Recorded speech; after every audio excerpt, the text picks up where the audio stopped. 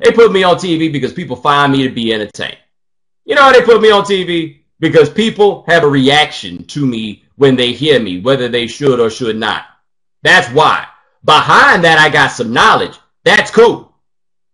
But if you recognize that part of the reason that you hear listening to me is the way that I kick it, then you recognize that lyricism is not the be-all, end-all, nor has it ever been the be-all, end-all. That's not it. So this is a really good record, and it's really well written. And the idea that you could write this and it go and be a story from start to finish is amazing. But I'm not here for story time. And if I got to sit down to pay attention and follow what you're talking about, everything else, it's too much. Like, think about the way that they layer his voice in the mix on these tracks. Like, there's never a track that his voice is on top of. You know? Like, is there a single track on that record that is designed for his voice to really stand out and really be prominent? And I didn't hear that on that record. And that's what I'd like to hear from a rap record. And somebody's saying, go listen to Section 80. We ain't talking about Section 80, though. We're talking about this right here. And maybe he's got that there. And actually, I'm about to kind of floss right fast. I was texting Bun B today about this record. Go ahead and give me some dap in the chat room. Y'all go ahead and give me some dap in the chat room. You know y'all want to give me some dap. There we go, lads. There we go, lads. So yes, I was texting with Bun B today. And I asked him what he thought, and we were going back and forth. And one point I made to him was that, like, when Drake jumped on that record, there was like a breath of fresh air. There was just that energy there. And I was like, as good as this dude is, because Bun thinks he's incredible, and he is. And, he, you know, talent-wise, he's incredible. And he was like, yeah, you know, and I mentioned that to him. I was like, I just didn't feel that Drake has that it. Like, whether you like Drake or not, Drake has that it. And what he said was, he was like, the one thing about doing this is you got to make it look effortless. You know, like, there's a value. You can get so caught up in what you're doing and being good and being technically good that it stops being effortless. It loses that kind of spontaneity. It loses that kind of energy. You know? And that was something I thought that affected Live from the Underground. And I think it's something that affects this record also.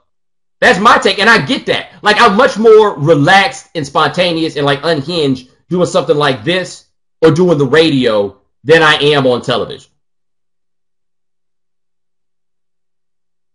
You know, like, I get it. I fully understand how it goes.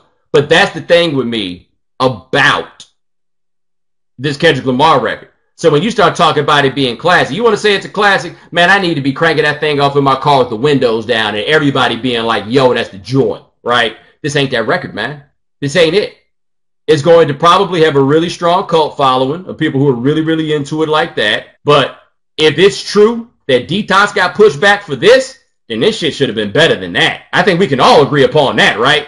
I've been waiting on Detox for like 10 years, at least, all right? I've been waiting on Detox for like 10 years. If this held Detox up, then it needed to be better. Can we all agree upon that? And yeah, I know Detox ain't never coming out. But they out here talking about this held Detox up. Now you tell me right now that this is worth Detox not coming out. And I tell you this about Detox. Detox ain't gonna come out, but it ain't because Dre doesn't work on it. I got a partner that flew out to work on Detox in 2005. Like, he legitimately played keys in a Detox session. I'm not making this up. Like, they actually do work on Detox. It just don't never come out. Dre just like that.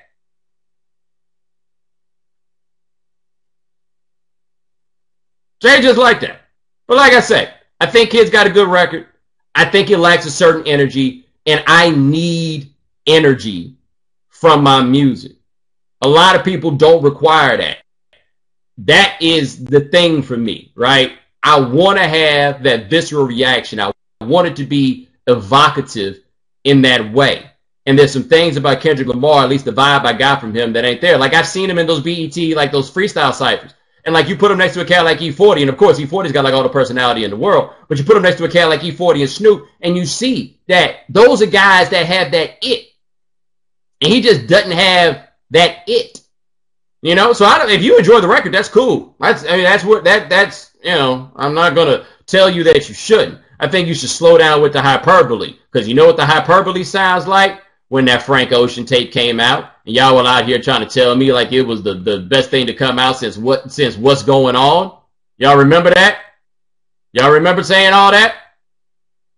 I ain't heard nobody talk about that Frank Ocean tape since. Now, I know it's Rod saying this, but like, he made a concept album, and that's cool, but A, he ain't the first person to make a complete concept album. And B, like, just because you make a concept album doesn't mean I like gotta like it. You know what I mean? Like, that's always been my thing. You made a concept album, good for you. Like, Lupe's the cool concept album, good for you. I just wanted to listen to it twice. It's not a classic. So for me, this is like a 4 out of 5 record. I don't think calling it a 4 out of 5 record is a slight. Do you? Just like my rap is to be stars, and I just don't feel like the kid's a star.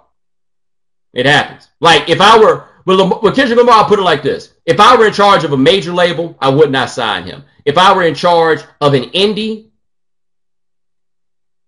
I would sign him, and I would make him our biggest star.